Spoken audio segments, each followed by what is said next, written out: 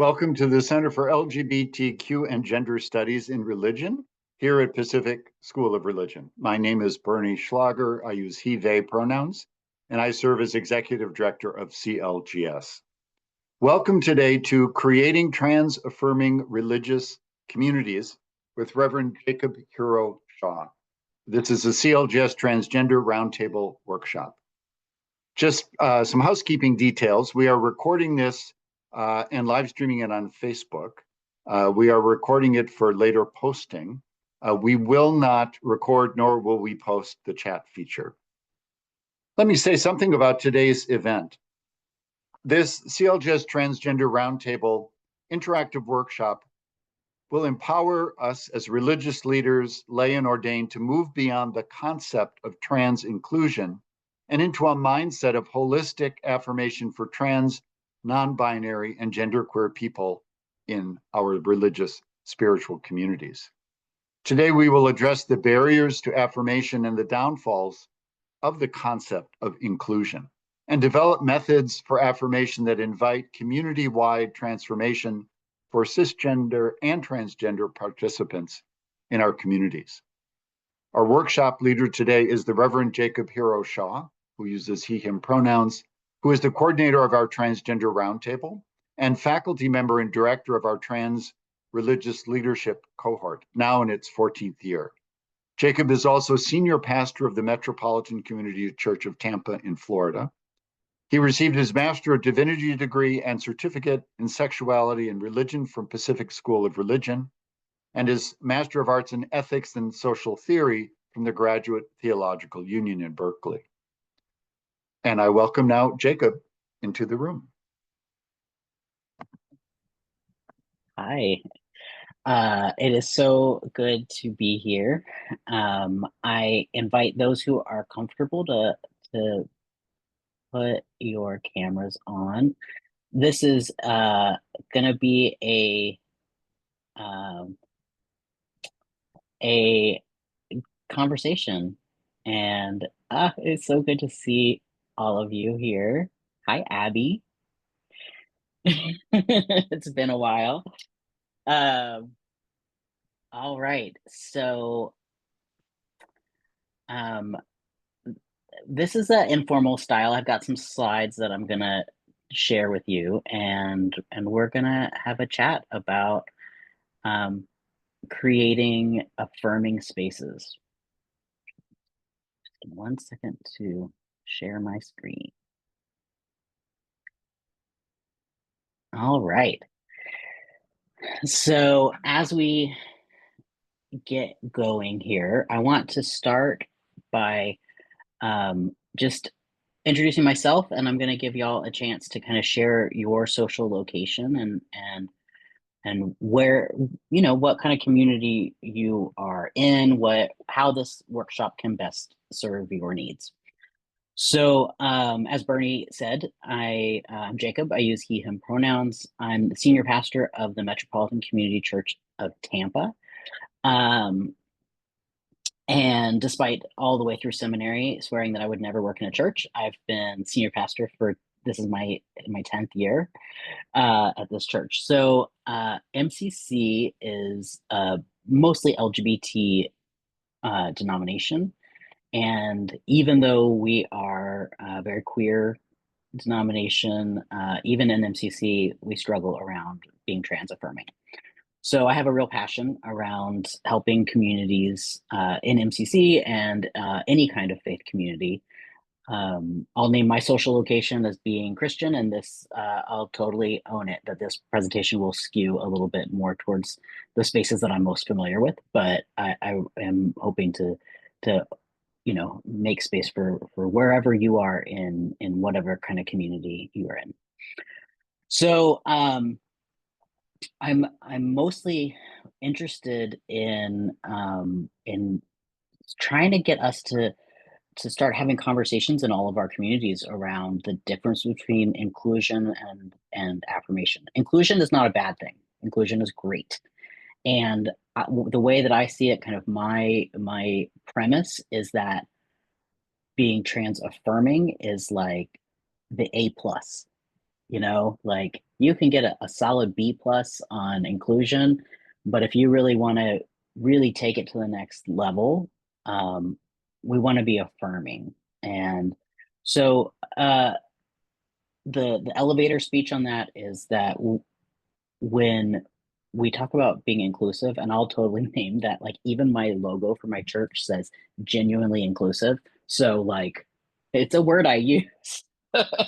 But being inclusive for trans folks or for anyone who's not the majority of the congregation can often look like saying, okay, well, you can be here, we'll make some space and you can fit into that space, but it doesn't mean that people are willing to change. So what I want is to be affirming is like we all want to change and adjust to who the community is. And in doing that, we completely affirm the people who come through our doors, even our virtual doors. So welcome. What brings you here? If any of you feel so moved to just kind of say like where you're serving, where you're working, what made you say, hey, let me log into this today? Feel free to unmute and share.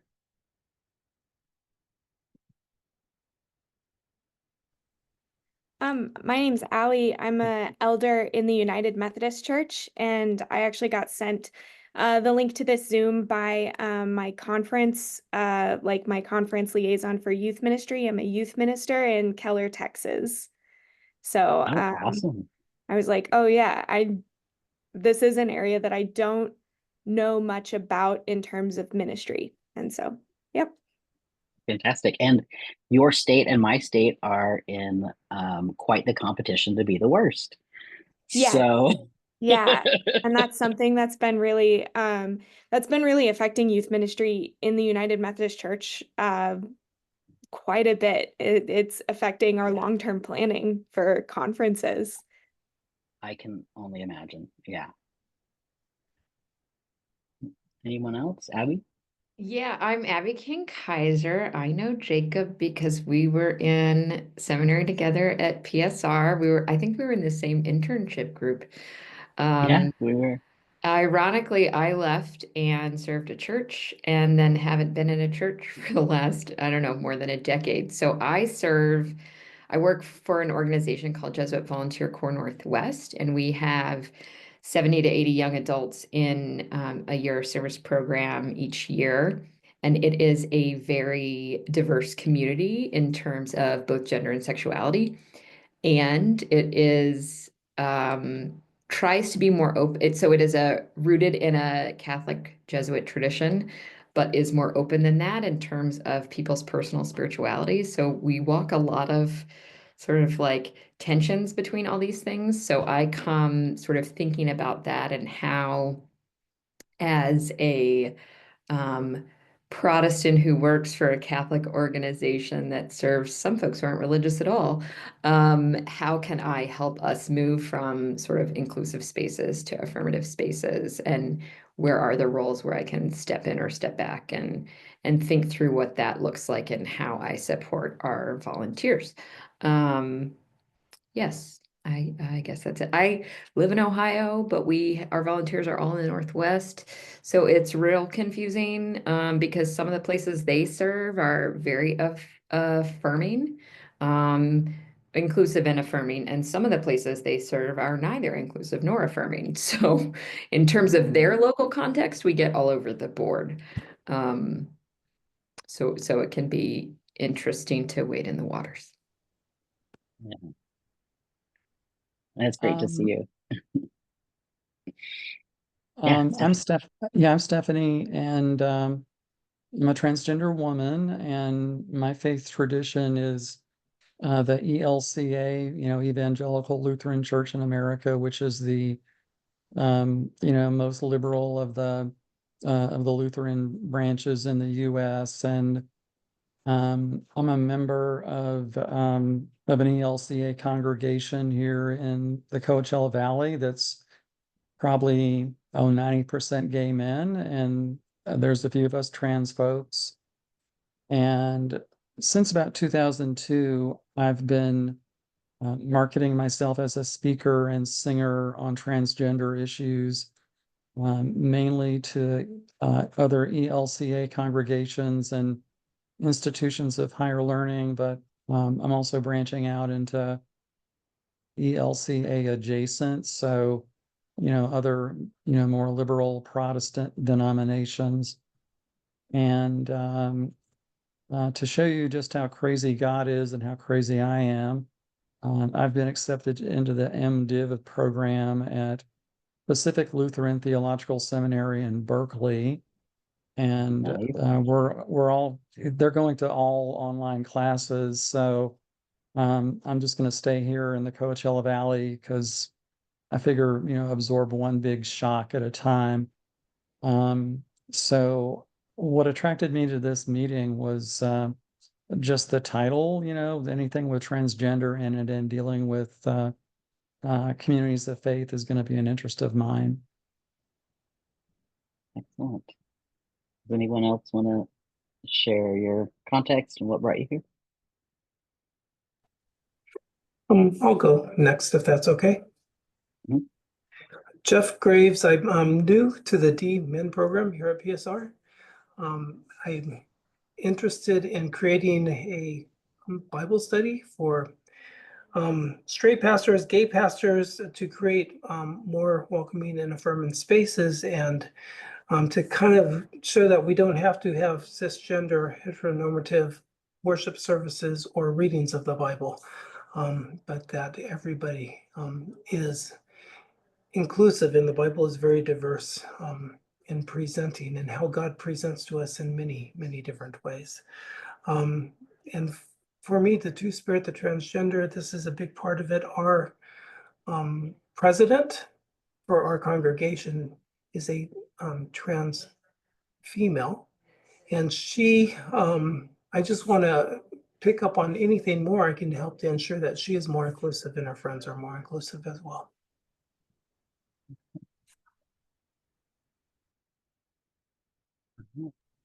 Not mandatory. Anyone else want to?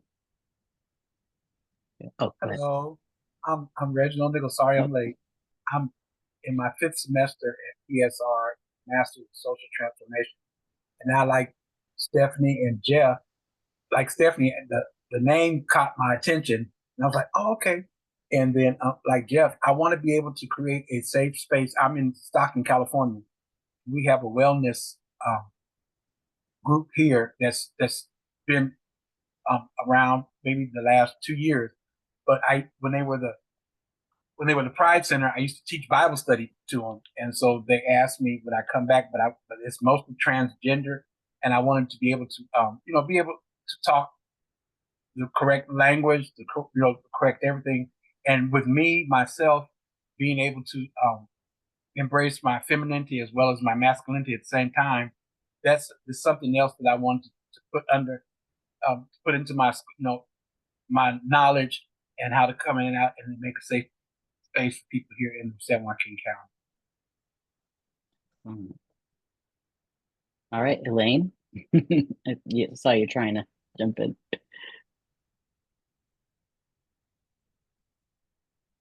Oh, we can't hear you.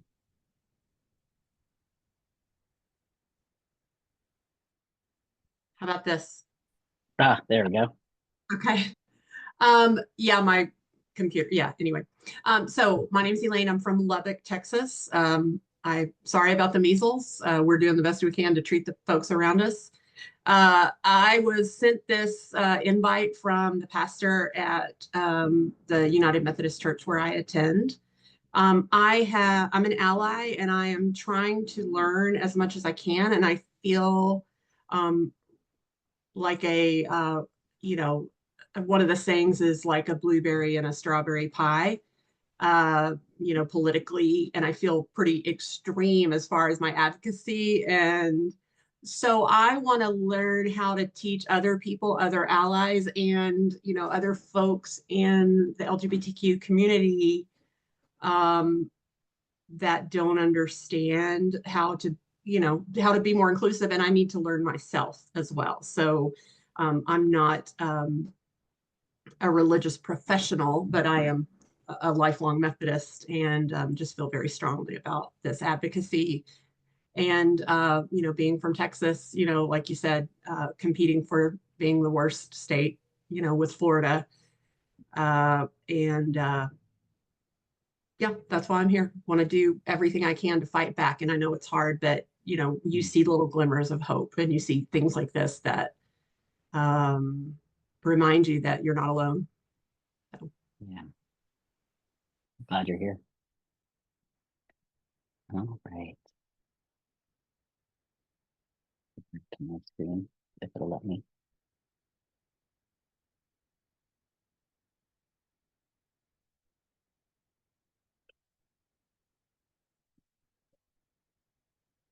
There we go.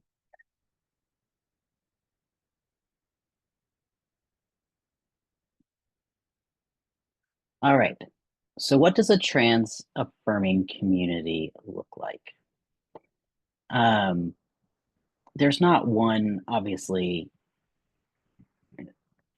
just one image, right, of what a trans affirming community can look like. I would say that the thing to strive for is people, no matter how they present and how they identify and how that might shift throughout their lives, that they just feel comfortable being authentic in who they are.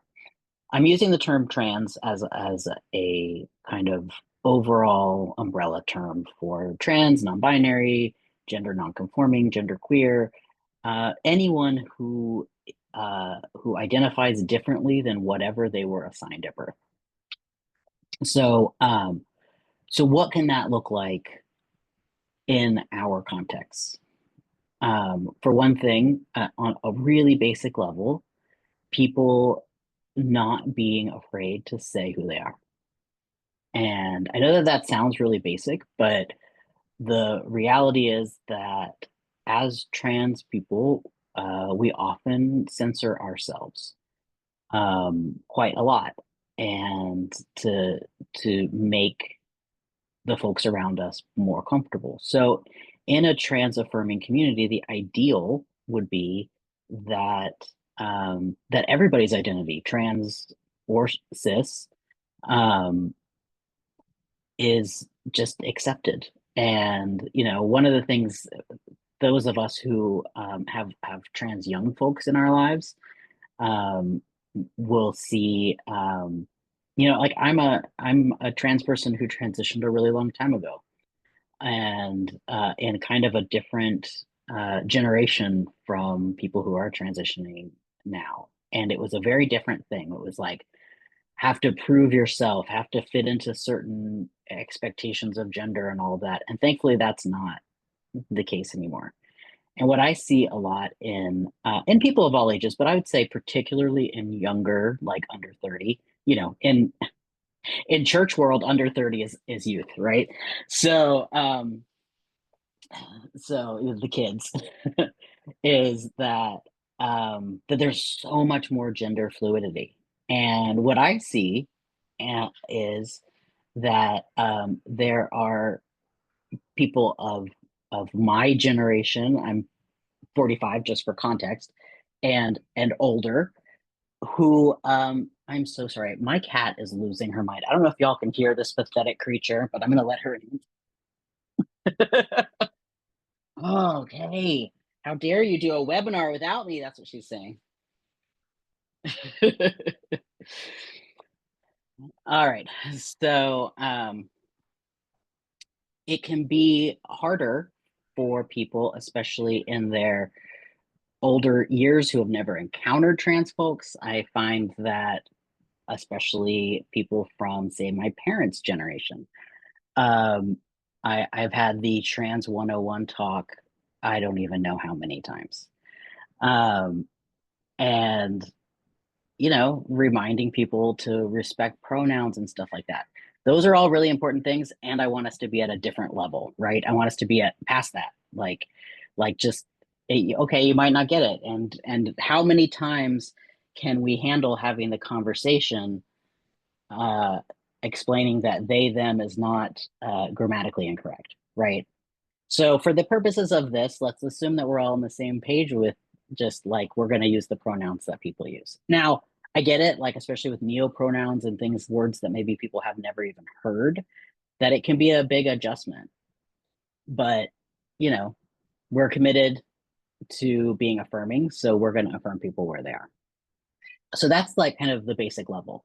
The next thing is, as people are figuring themselves out and trying on identities and trying to figure out, oh my goodness, Bernie can attest, I've done so many webinars, but this cat usually only comes to staff meetings.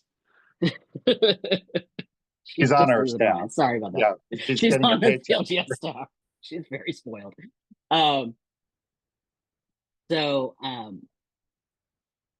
You know, it can be, I've lost my train of thought thanks to this one, but so in affirming where people are, you know, even if we don't get it, that's okay.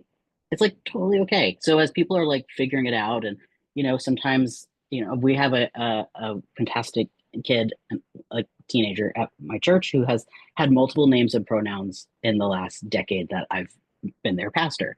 And, you know, I just normalize it as much as possible. So when someone calls this young person by the wrong name, I don't like throw a fit and stomp my feet and say, how dare you? I just say, oh, actually they go by this.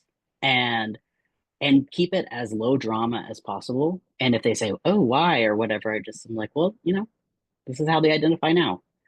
And one of the things that parents often, not this child, but other parents have come to me and asked is, you know, oh, if my child has changed their name multiple times, does that mean that they're not really trans, or does it mean that they can't figure out who they are? And it's just like, you know what, who they are today is who they are. And that's going to be a situation that will probably change. And I actually legally changed my first name twice. I changed my name to the name that was my nickname when I was early in transition. And then I was like, that's not even the name I want. And about a year later, I legally changed my name to Jacob because that was the name that I wanted. And I was a teenager. Well, I was like 21 at the time. I was not that much older than a teen. And it was what I needed to do. And I'm glad I did. And that's what sometimes people do when they're figuring stuff out. So in being affirming, you know, it's that Rogerian thing of just unconditional positive regard. Let's just be affirming. Let's help people figure out who they are.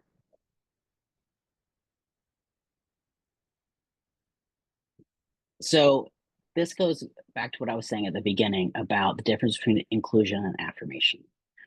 One of the things that I see as a difference with inclusion versus affirmation is like this conversation around accepting people where they are and who they are and the ever-changing identities and names and things like that can happen.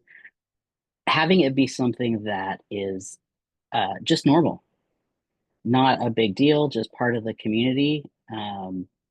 One of the things that we've done quite a few times in my community with trans-identified folks is a blessing of name and pronouns.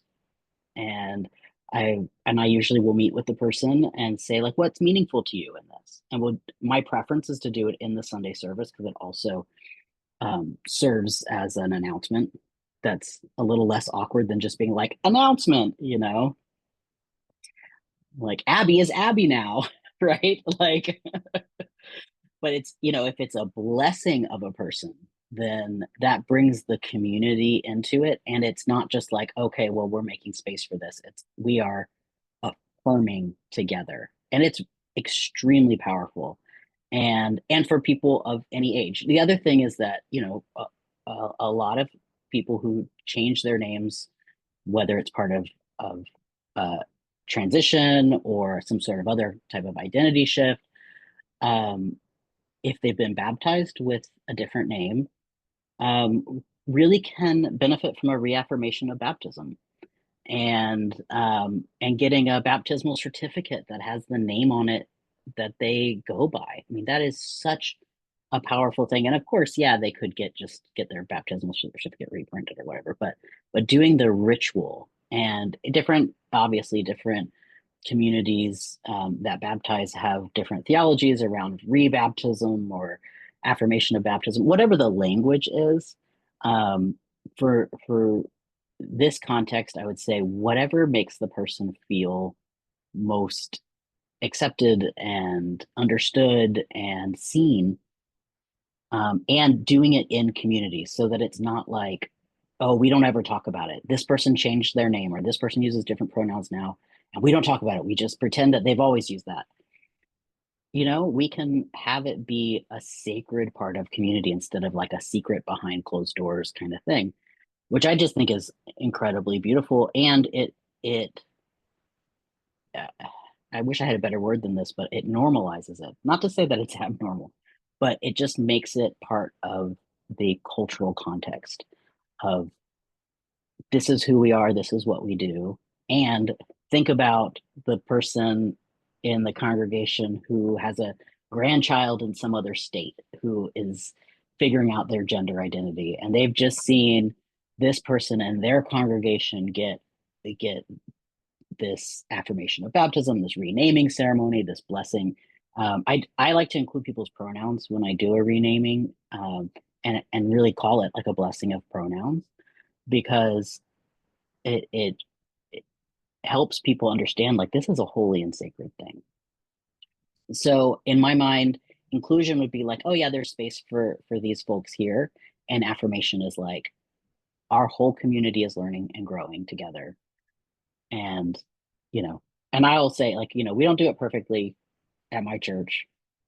No one does it perfectly, but it can make such a huge difference in people's lives to just truly affirm who they are within community.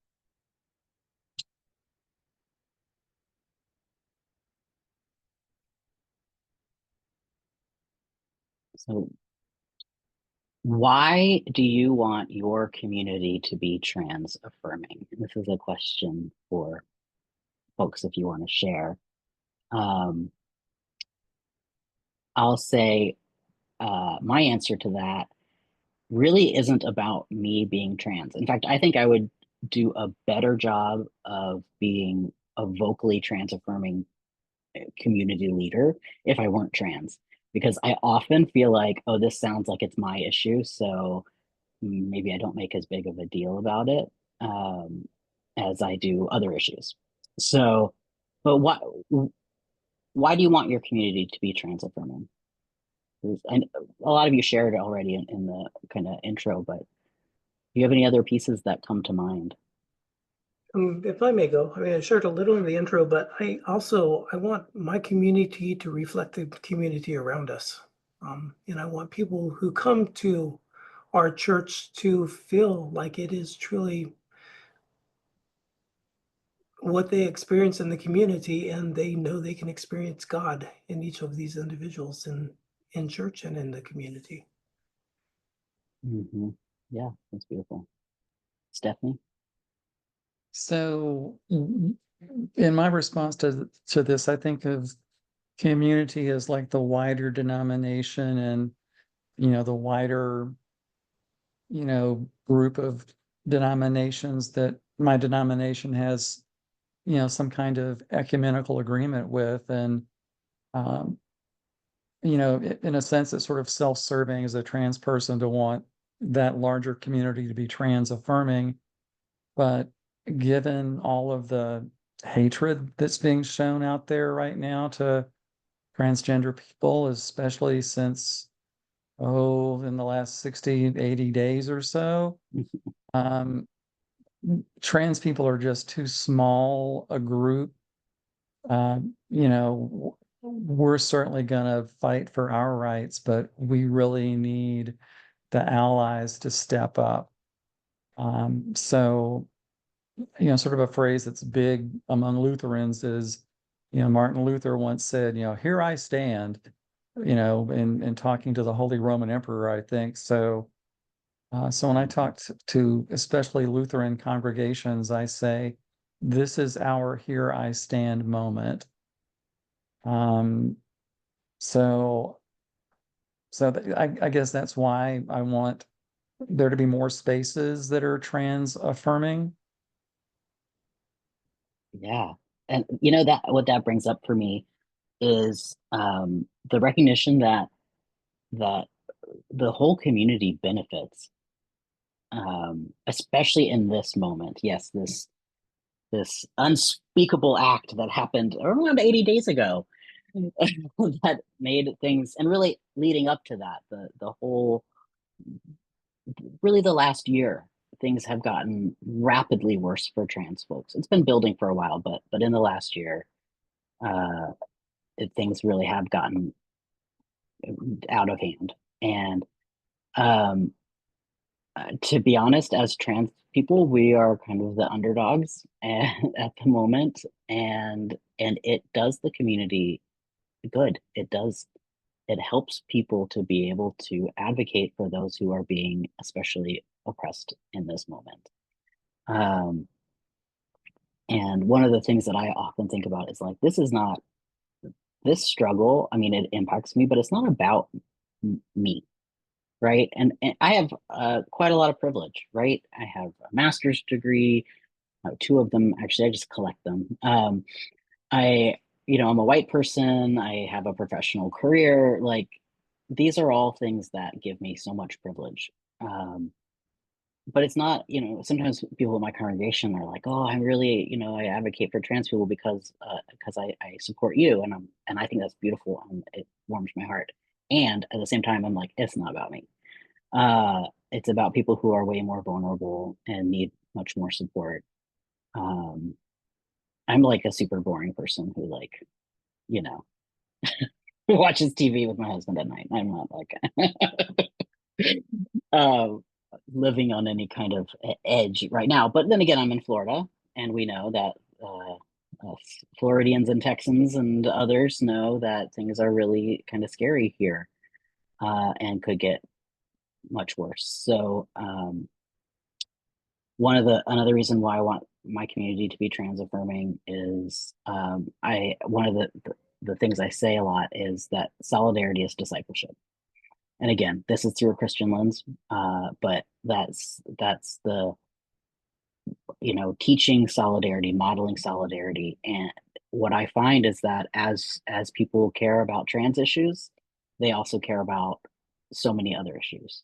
I mean, obviously, the rights of immigrants who are undocumented, and even immigrants who are documented, are really very much in danger right now, and it's more and more becoming a shared struggle across all of these things where we're being put in danger.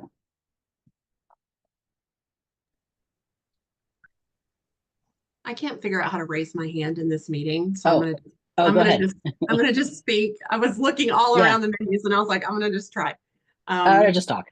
Okay. So I think what you're getting at is probably a lot of the reason that I want, the community to be trans affirming. I think it's a group that's been demonized and politicized in ways that are completely unfair. And I look at and I hesitate to use marginalized, but any non-white Christian male, kind of a person, I really have just become engaged. And I think simplifying people's humanity is not as easy as it should be. That you just, that I just think people should be looked at as humans. And I've been developing this feeling since 9/11, Islamic people are bad.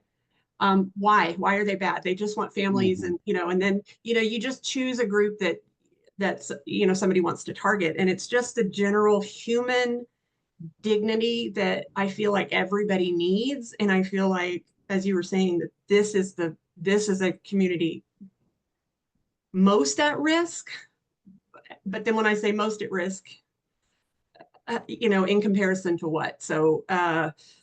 I feel like there's a lot that can be understood whether it's through theology or whether it's just through plain speaking, saying why does it matter if you understand that that's a male or female? That's just a person. What do they need from you? Just a conversation? Do they just need to know where something is in the store, or you know, to know how to use the, I don't know, fax machine? old fashioned. But yeah, I think it's just, you know, it's a matter of just simplifying it. People overcomplicate and they just want to think about, you know, everything I hear here in my community is, well, what about sports? And I'm like, what about them? Let's not talk about that. Like, every transgender person doesn't even play sports, you know. Like it doesn't have to be that complicated. So John Oliver did an episode on trans people in sports just this past week, and I highly recommend that you watch it, because one of the points he makes is that it's the slippery slope, right? Because any argument you have against trans people, if you tack on in sports, like, I don't believe that trans women should be here in sports. Well, eventually they're going to drop off the in sports and make the argument that to exclude trans people in general. So I thought that was such a good perspective on why the whole, because the sports thing, I mean, we're talking like a dozen people total in the nation, right? Like, why is this such an issue? And this gives a great segue to this next question of what's holding your community back. I just noticed that there's things in the chat. Sorry, I didn't catch that. Oh, wow, look at that. The John Oliver video just, thank you, Allie, for sharing that. It was like right up in my YouTube recommends because I just watched it. Wow. Can you come to all my webinars and just like magically make links happen? So things that hold our communities back, this is exactly it. It's like, people think, you know, a couple of years ago, it was about bathrooms, right? And I was in a meeting with some trans folks where we were talking about various things around making communities more affirming. And someone shared with me that someone in his community who was very LGB affirming, had somehow believed that anytime trans people are around, that women are in danger. And was saying it very matter-of-factly, like, I support trans people, but I also support women. It's like, okay, well, those are not mutually exclusive, right? And that's one of the things that holds our communities back. It's just a basic misunderstanding. And we don't have to totally understand the ins and outs of people's identities, right? And we especially don't have to understand how people's bodies look and function and what things are like under our clothing. And, you know, these awkward things and people wondering, and I have more times than I like to admit, had people ask me at the worst moment, like, especially for some reason while I'm serving them communion, they lean in, and because in MCC we do this, like, you say a private prayer to the person when you give them communion, and you know, lean in to say the prayer, and then they say to me something incredibly inappropriate, like, so what surgeries have you had? And it's like, oh, the body of Christ. Like, that's what we're here for. not the body of Jacob. That's not the focus at the moment. And well, I'll get into that, these kinds of things a little bit more in a couple slides from now. But you know, some of the things that hold our communities back are awkwardness and people being scared of saying the wrong thing, or not being scared enough of saying the wrong thing and just saying it. You know, fear of getting it wrong. There was a very public thing that happened in the larger LGBT community here in Tampa a few years ago, where there's a prominent figure in the local community who has consistently misgendered me. And I don't understand why. It's not like this is someone I grew up with who knew me when I use different pronouns than I do now. Not that that would excuse it, but at least it would make sense.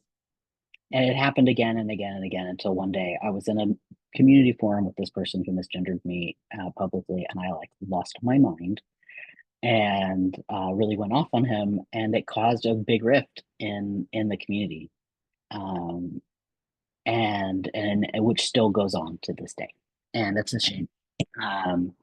And my church had to respond. It was involved in the local big pride organization here, and my church pulled out of the organization and doesn't participate.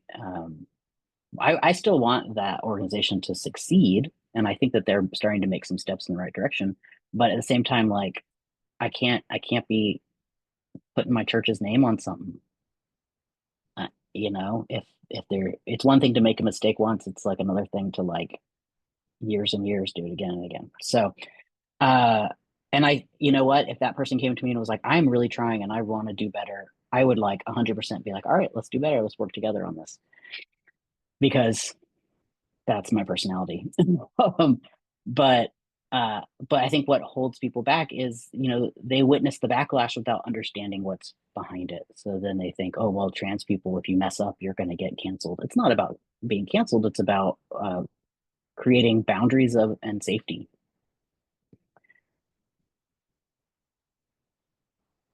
So one thing that I really want to lift up is the difference between tokenization and representation.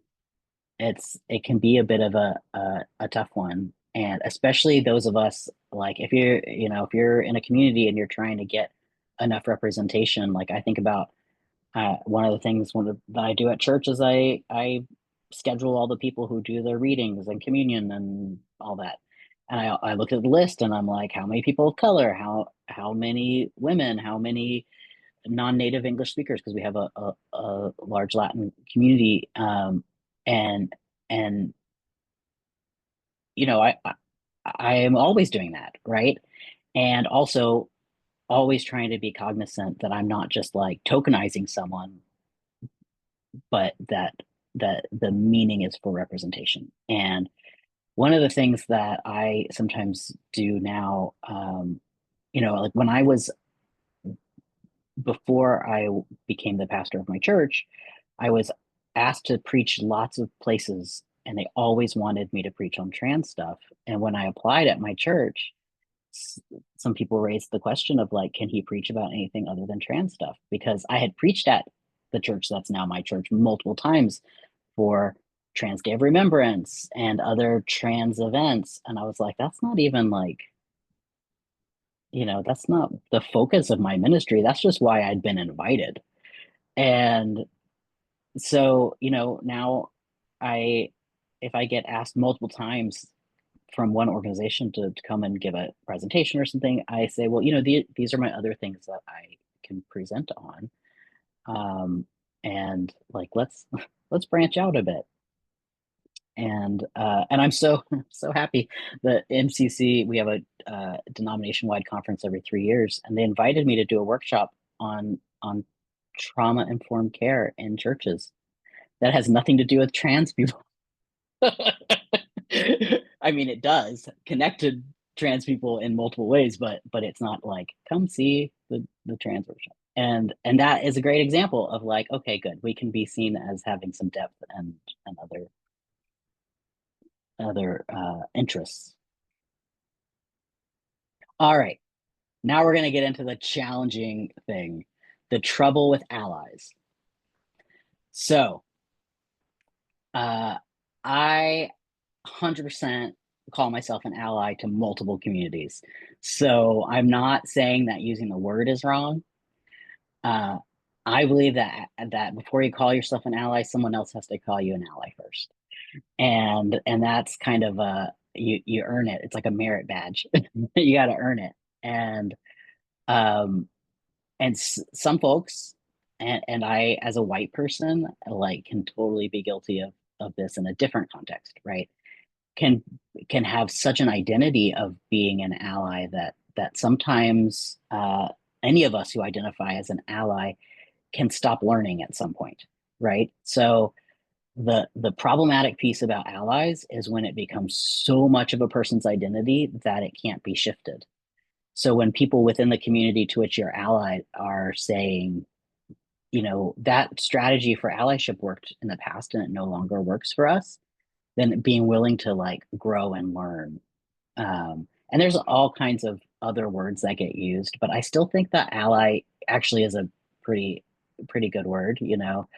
And but I also, it takes me back to that thing about solidarity as discipleship, and when I live in a place of solidarity with other communities, that shifts it, because it's in some ways it's because it's not a label in the same way, right? You don't say I'm a solidarity, right? And when we start to label ourselves with things like the word ally, it can be harder for us to allow ourselves to shift. So if you're committed to allyship, which I've heard multiple people here say, and like, please do not hear this as a negative thing, because it is positive. And without allies, we will not get anywhere. In fact, what I need as a trans person, and what I would say the trans community needs, is cisgender folks who are truly willing to be in the struggle. You know, the analogy I like to give is, you know, if someone's throwing rocks at me, stand close enough that you're going to get hit too.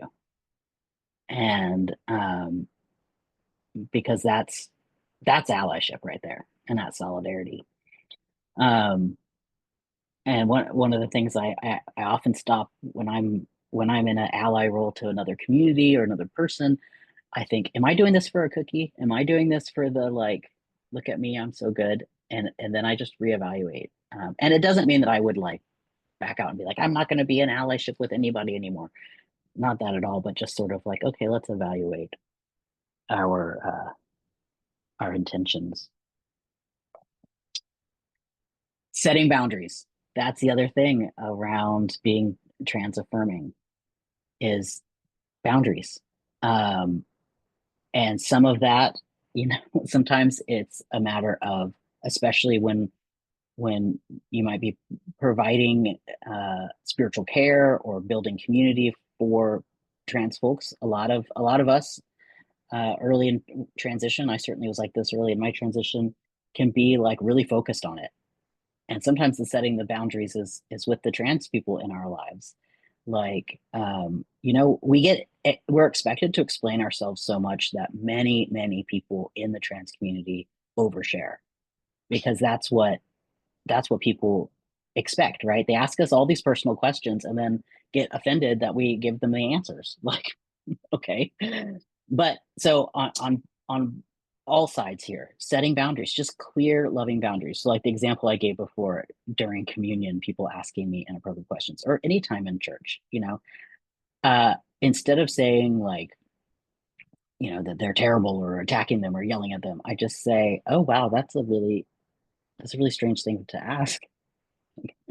Like, I mean, I don't want to shame anybody, but I sort of do it in a way like, oh, I'm kind of embarrassed for you. Like, oh, you must be so embarrassed that you said that. Or I say, you know, just really matter of factly, like, no shame. Just, you know, I actually don't, I don't talk about my genitals at church, and I really don't think anyone should. And when you say it like that, they're like, oh my God, I did just ask my pastor about his genitals. Like, you know, like, I don't talk about that at church. But that works to me. I have found that as a disarming way to do it, instead of, you know, flipping out, because that's just my boundary. And even when I'm talking, you know, like, I personally set certain boundaries around what I just never talk to anybody about who's not my closest friend or my spouse or my doctor, right? And so I just know that's, you know, that's not a thing that I talk about. And I think we all as leaders need to do that in our own way. And those of us who are in spiritual caregiving situations, we can set boundaries for our own bodies and what's discussed, and still be completely open to talk to other people about their bodies. I mean, I've had, as anyone who's been a pastor or a chaplain for any amount of time knows, there are times that you're visiting someone in the hospital and they're asking you to pray with them so that they can poop so that they're allowed to go home, right? Like that's a reality of ministry that I did not learn in seminary, but certainly have experienced a lot since then, right? So we talk about really intimate things about people's bodies, but that's on their terms and what they're asking. And the same thing with people discerning about any kind of medical intervention around their trans identity, but let them come to you. And that's a clear boundary that I have, that I encourage other people to have as well. All right. The value and risk of asking questions. I really believe, and I know we're getting close to the end here, so I'm going to go quickly. I really believe in the value of asking clarifying questions so that we know what people are dealing with, what people are thinking about, how to best serve them in our community. I'm talking in this instance of like trans folks who are trying to find their way and find their place in a community, in a faith community. The danger of questions is that sometimes we ask questions out of curiosity. And my best example of this was when I was very young. I was maybe 23, and I met Virginia Ramey Molencott. And so she was an early pioneer in talking about gender and the church. And she wrote a book called Omnigender in the late 90s. And she was really like one of the first people in progressive church circles to be like talking about, something beyond binaries and groundbreaking. So I met her, and it was at a conference, and I was speaking into a microphone in a room full of people, and I identified myself as a trans person. And she said, "Oh, you're trans? Have you had surgery?"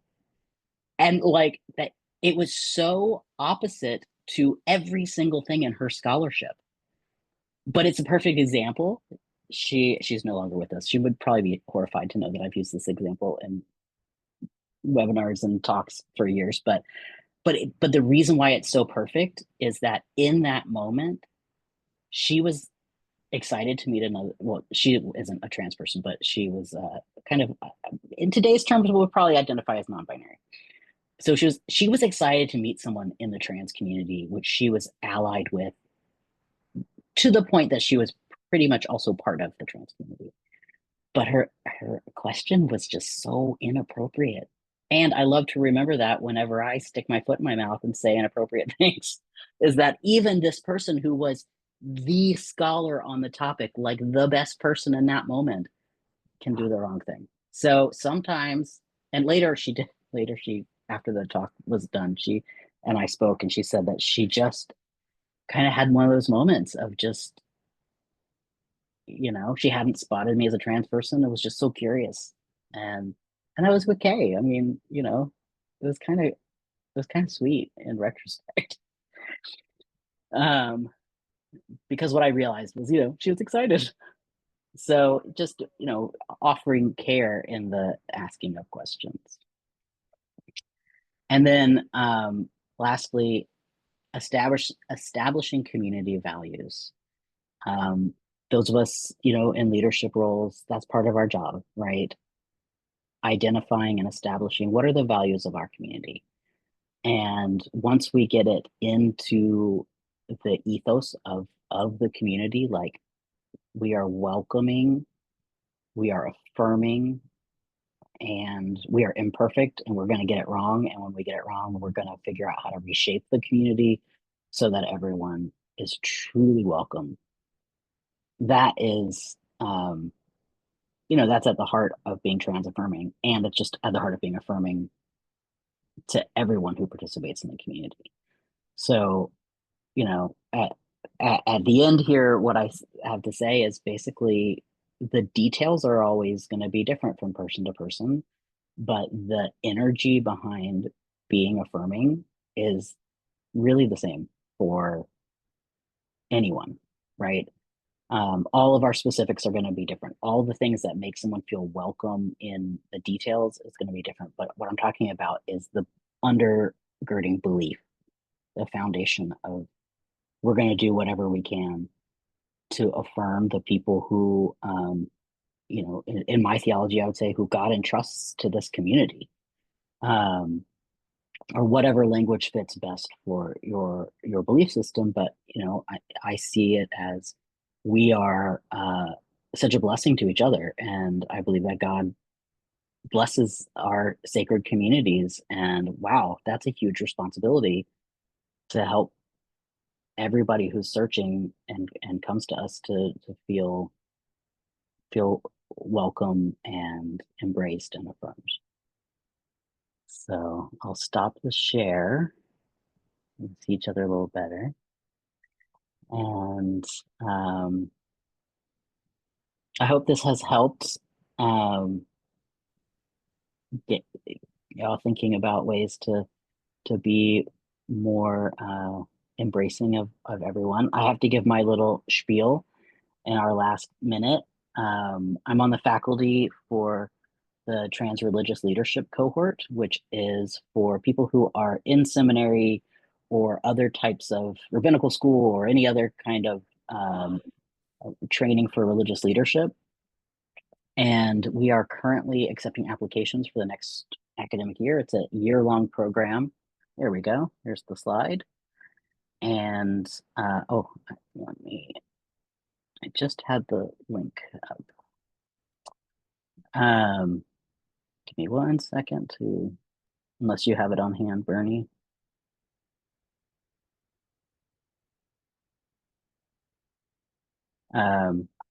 If you know anyone who, it's on our website, which is CLGS.org. If you know anybody who is training for religious leadership, who is identifies as trans, non-binary, yeah, Stephanie, definitely you should apply. I think I sent you the link, Stephanie, last week. For some reason, I can't get the link either. My laptop's not letting me get online. Okay. I just had it, but the little thing rotates. I lost it.